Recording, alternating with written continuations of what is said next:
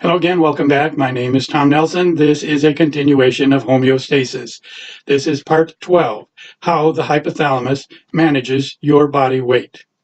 It'll be very helpful to understand how your body controls your weight, obviously, through the homeostasis process. You'll be better equipped to undertake the challenge of reprogramming your body's set points permanently in order to lose weight and to keep it off. First, it's important to understand why your body works so hard to maintain your weight. Our ancestors were hunters and gatherers.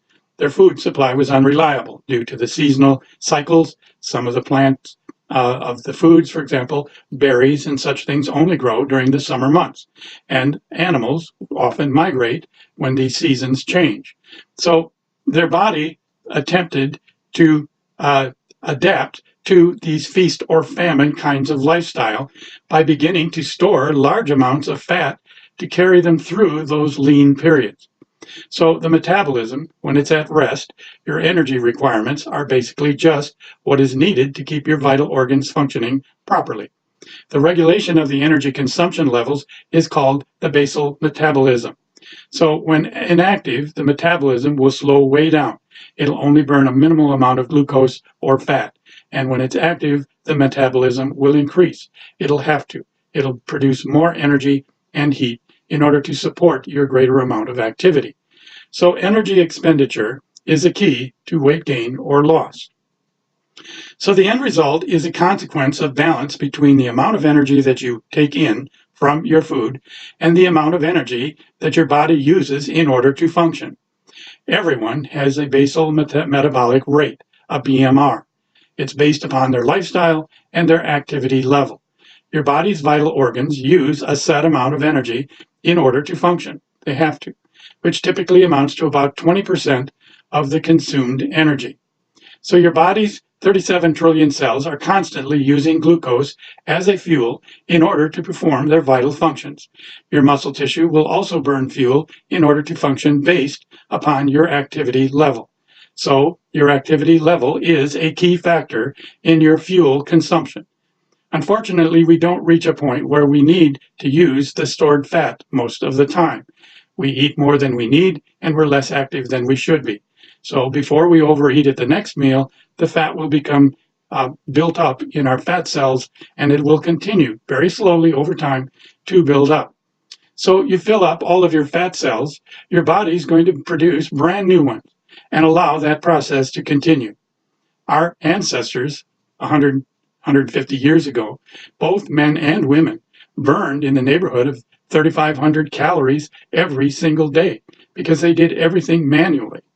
That based on how active you are, your metabolic rate will determine how much fuel, how much food your body is going to burn during an average day. Most only burn about 1,000 calories a day today. So that value is going to determine how much less you're going to need to take in order to lose weight. You have to learn how many calories per day your body actually needs to function, and then eat less than that in order to lose weight. Your body will be forced to draw fat eventually from storage in order to supply the body with the fuel that it needs in order to function, especially if you're active. So today, people burn considerably less energy to provide for their daily physical activity, which again is about 1,000 calories a day. We spend 6 hours or so at computers or watching TV or gaming. So appetite control must now operate within a very limited range, not to exceed what is burned. Exceeding your body's basic requirement for fuel isn't really all that difficult. A single small chocolate pastry can exceed the daily caloric intake requirement for the average adult. Nerves, the appetite center located in the hypothalamus, is composed of at least two classes of neurons, primary neurons and secondary neurons. The primary neurons sense metabolite levels and the levels of the regulating hormones. There are two types of primary neurons, stimulatory and inhibitive. The vagus nerve is the body's energy storage nerve center. You have a vagus nerve that runs completely down each side of your chest, from your brain to all of the organs of your body. So, when it's turned on, you get hungry when that vagus nerve is turned on. It's the vagus nerve that drives your body to accumulate fat. So by generating hunger, you cause your body to produce more leptin. So now go to homeostasis part 13. We're going to talk about fixing leptin and insulin resistance, which is going to play a significant role in managing your weight. Thank you for watching this video, and please pay it forward.